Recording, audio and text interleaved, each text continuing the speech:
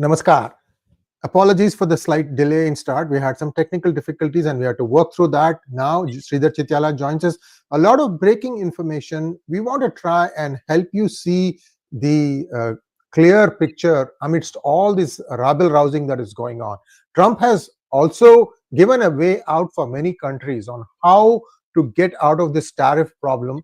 And I think one lone holdout we are seeing again and again appears to be China, and perhaps it's what I would call cat's paws. So this is where we are today, but we're going to go through the details. What exactly is going on? The stock market is going up and down like this.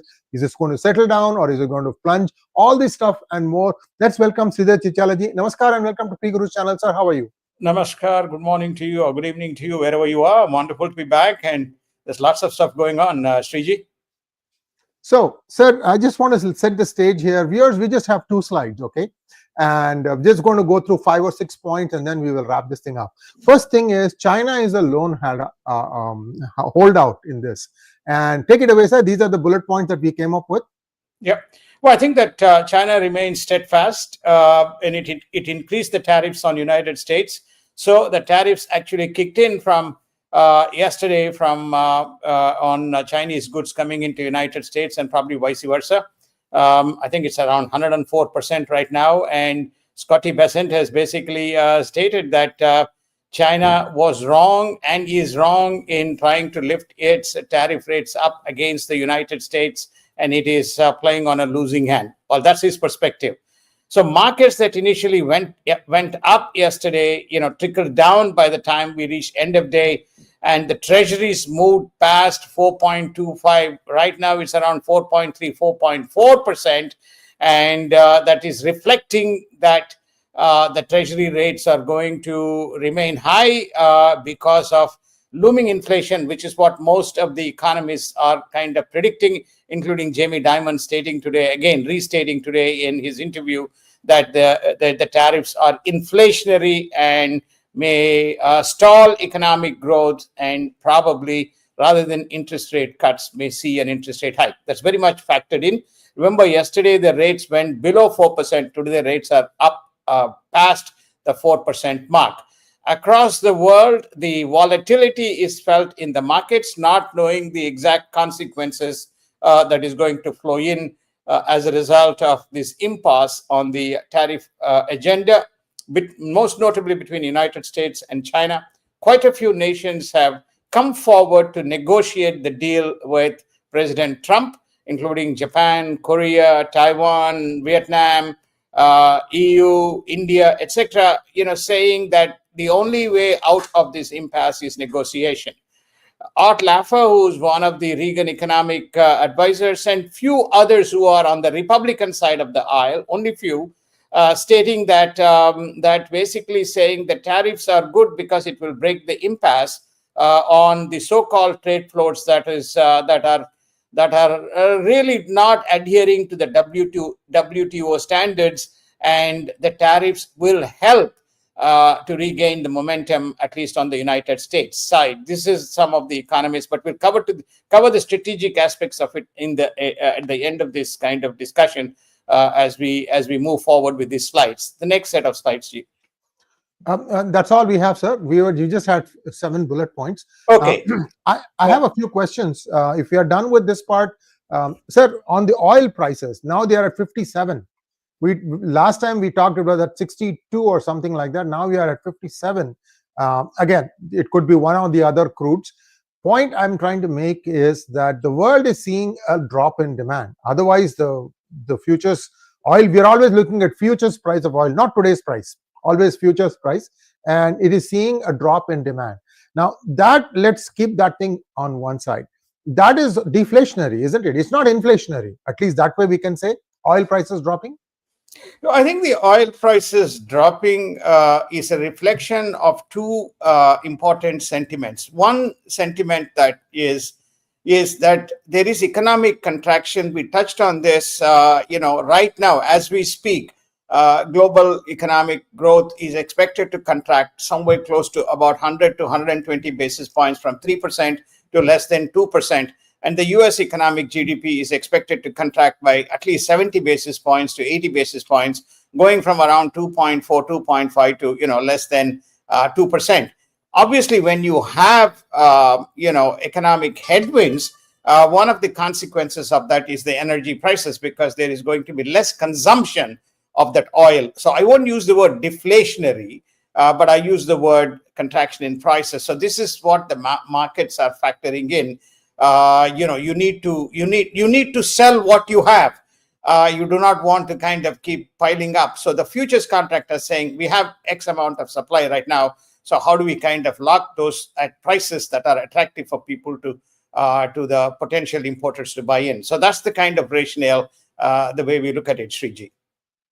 Thank you so much, Sridharji. Now, I want to go a little bit deeper into why some people are jumping up and down and why some people are like wringing their hands. One of the interesting parties here is the European Union.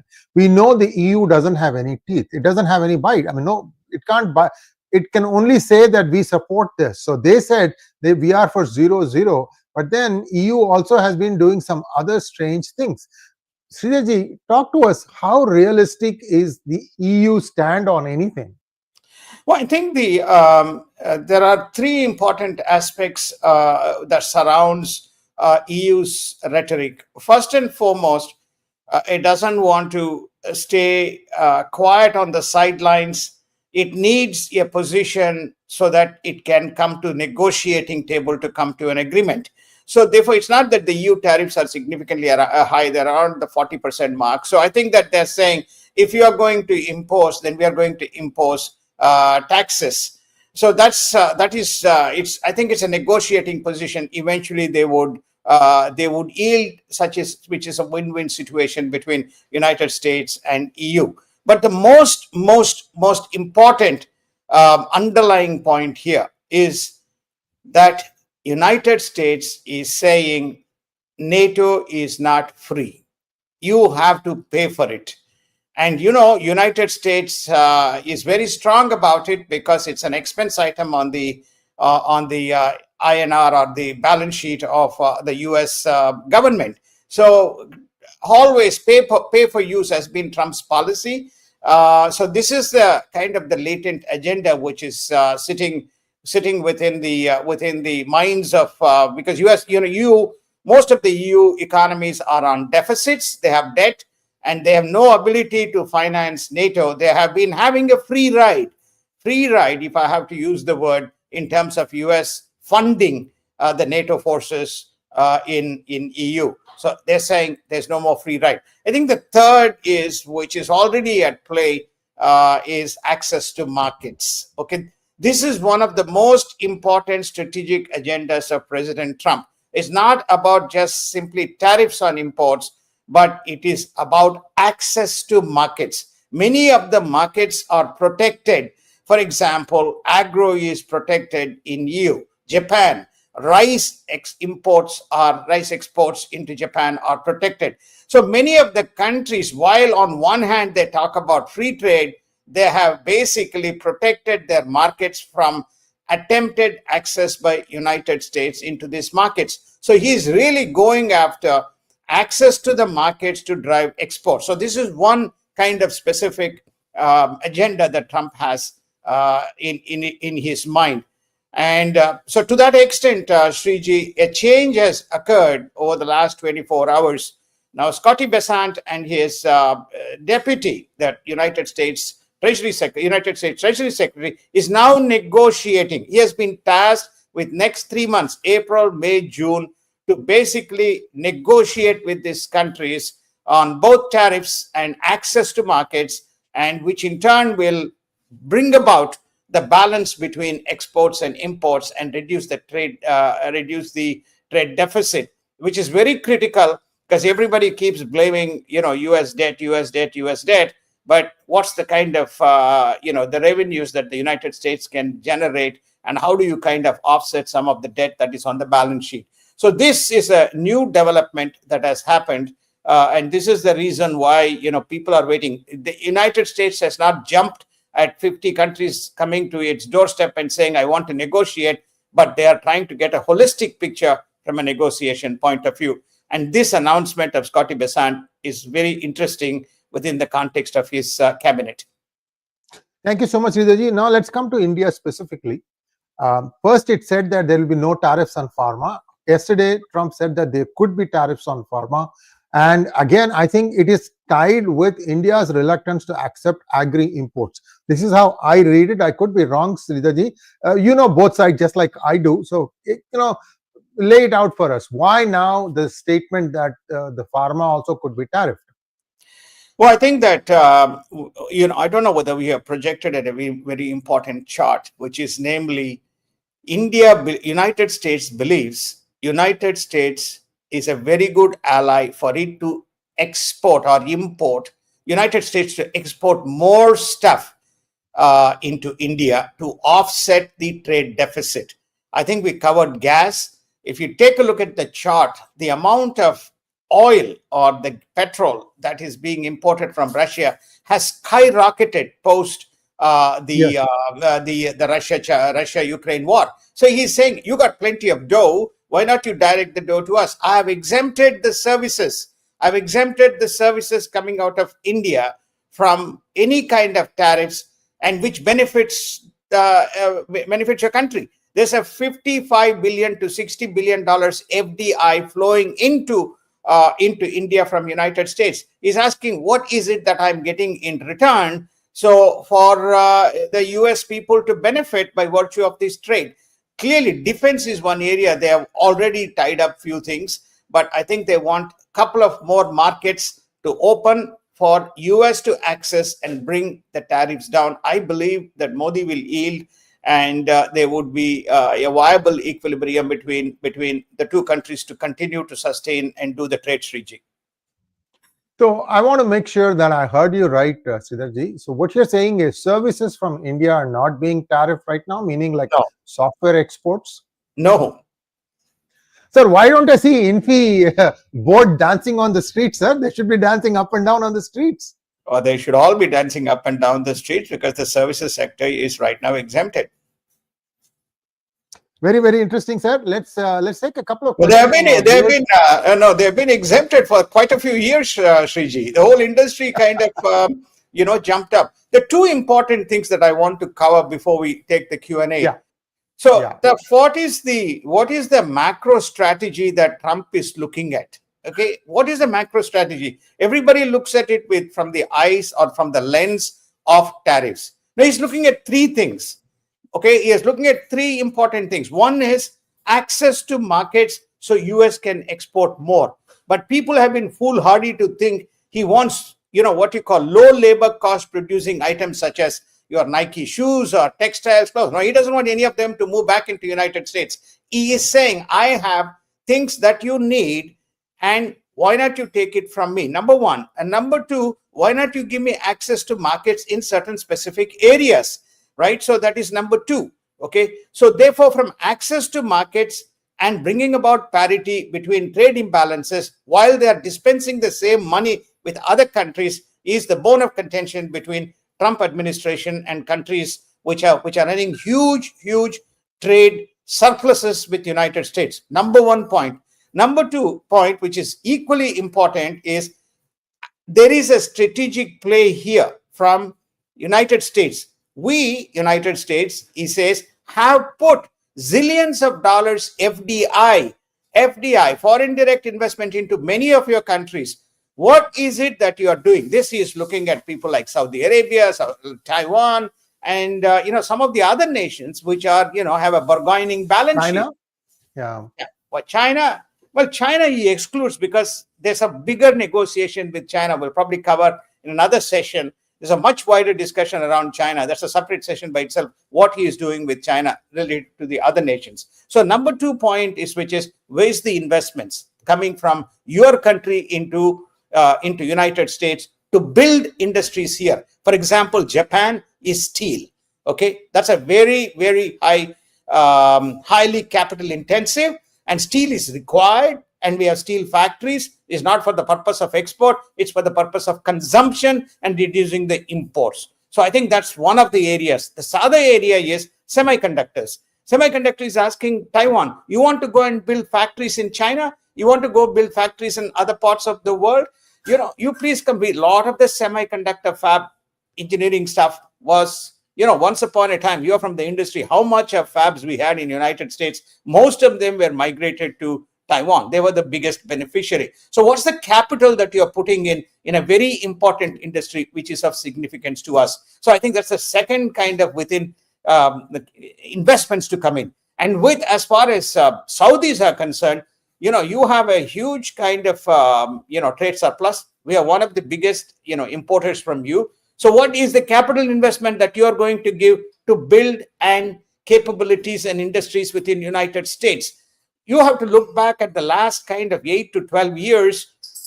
Almost negligible investments have come in, and most of the investments have occurred through markets or through the government intervention. So he wants at least somewhere between 200, 300, 400 billion dollars annual investments to come into United States. So it's not a burden on the balance sheet, but at the same time, it is creating industries within United States. So this is the second big area of contention. And this is, you're going to see investment flows coming into the country as a result of this. Already 4 countries have promised: Japan, Taiwan, Korea, and Saudi Arabia. 4 have promised for the FDI flows to come in to retool the industries here. My final point, which people, tax cuts are coming. Tax cuts which extends to personal, and tax cuts which extends to Corporate? small businesses, which is the engine of the US economy. Again, go back and look at the 8 years of Obama and 4 years of Biden. What tax relief was provided to the SMEs? Most of the money went for funding lots of things that is other than SME. And also, I think there would be some kind of incentives given, especially for small cap investments and as well as mid cap investments. Both those sectors have lagged in terms of growth, and most of the depression or the market compression that you have seen is in the high tech. And if you go back and study the top 20 companies, we'll do another show, the top 20 companies have taken the brunt of the $12 trillion or $10 trillion the markets have lost. So he needs a funding model for his tax cuts. He needs market access for export impetus. He needs investments into the country. And fourth, if I have to say, he's telling Korea, okay, you want me to be the buffer between the two Koreas? We have been funding it. Now it's time you fund with the surplus that you have, rather than asking us to continue to fund. So he is trying to, at what we call as the macro restructure of the US model, as well as he is saying, I need to retool my economy from a security and safety point of view. So let's discuss these 4 issues. Tariff is the negotiating agenda of President Trump. Thank you so much, sir. Before we go to questions, I have a couple of announcements. I'm down to just 5 Sengols now, just 5 more. Any of you are interested, please place your order today. We'll be shipping out, and then we'll have to do a reordering again. That's the good news. The second thing is you will meet Sridhar Chityala ji and I in East Coast, in Princeton, the city of Edison, on the 19th of April, where we'll be there to celebrate 30 years of the founding of Infinity Foundation by Rajiv Malhotra ji. This event was planned for a certain amount. It has been oversubscribed by 50%. Sridhar ji, you don't know this part. This is massive. The kind of response that Rajiv Malhotra ji is getting is out of the world. So we are going to have a lot of people there. Both of us will be there. You can meet with us. I am actually hosting one session for about 40 minutes or so about Hindu human rights and Hindus, and that will be on the 19th. So if you happen to be in the area, or if you happen to be visiting Edison area, do look us up. We'll be happy to talk to you. We'll be happy to meet with you. So I just wanted to say this thing. Now let's go to some questions, sir. Harsha Rao wants to know, Sriji, even Musk is advising against high tariffs. Is this not a bit too much, using words like people are kissing his ass? I see no strategy here. Do you? Well, I think that one should delineate a lot of noise, interpersonal place of personalities within the administration. So there's a lot of jacking and anchoring in terms of the posturing, but it doesn't detract from the strategic agenda that we outlined. Okay, just to give you a perspective, he wants to reduce the debt. when he was the president in the last term, we were involved and we did the rebalancing of the US debt to the extent at that point of time when US economy was around $23 trillion. The expense as a result of interest paid to the debt was between 2 to 3% of GDP, which meant it is close to 400 to 500 billion dollars on the expense side of the balance sheet for funding the debt. Today how much it is? It is around 1 to 1.1 trillion dollars and projected to grow to 1.3 1.4 trillion. That is a significant overhead on the balance sheet of the US government. It's dead money, which doesn't benefit anybody. So really the focus is around that aspect of it, which is why this broad strategic agenda is played out. Now, notwithstanding what Trump says, what a Peter Navarro says, what Lutnick says, it doesn't matter. The strategic agenda remains very clear as to how to address all these three issues that we kind of outlined. You may not hear it along these lines, but we have tried to kind of structure it so you understand that there is a broader play here. Thank you, sir. Next question from Govinda Guru. Will US make it 400% and how will China react to the 400% tariffs? Hypothetical, they won't go there. They will negotiate. Yeah. And last question from Sri A. Viswanathan. Yuan devaluation, is it the start of global currency war? Well, I think there's no global currency war. Renminbi has been manipulated like many countries have manipulated the currencies. You remember what Janet Yellen did in her kind of, she listed the countries and she levied some kind of taxes. And then the whole thing disappeared because of political noise. And she just became silent, almost silent in the last 2 years of Biden's presidency. Now, the question, therefore, is that renminbi has been rigged and rigged and rigged for years. Okay, that is how they drained money out of all of the world until Modi kind of addressed, China's, the imports from China into India. Since many of you, with Indian kind of context, the amount of imports, everything was being imported, including, little idols to little toys to little stuff was being imported. At a huge kind of a cost to the local producers and local kind of manufacturers. All of that has changed. So renminbi having a global currency war is irrelevant. For example, if you take a look at the G7 countries, yen is not at war with United States. It's market linked. Then you take Germany, you take UK, you can take Italy, you can take Canada. Many of these G7 countries have an understanding which uses market mechanism. Even India, which is coming into the G7 plus, 3 or G7 plus or G7 plus 2, is using its central bank to fund, but allowing the market mechanisms to manage its rates. It's not rigging. But again, Janet Yellen said, you have to operate within a currency band in terms of Indian, exchange rate. But I think India has more or less complied. So you don't see this except in nations such as, I don't want to list beyond China. There's few nations who play that game. So that would be my answer to Mr. Vishwanath's question. Thank you so much, sir. And with that, we bring to a close today's program. We'll be coming in and doing this surprise stuff because markets are moving very fast. But the overall ideology is to try and bring about parity. I get something, I get to sell you something, you get to sell me something, and we need to be at the same level, not more or less. That seems to be the goal of United States. Thank you so much, Sridharji. Viewers will be back again very soon. Like I said, on 19th April, we will be in Edison. We'll see you soon. Namaskar. Namaskar. Thank you so much. Have a wonderful day.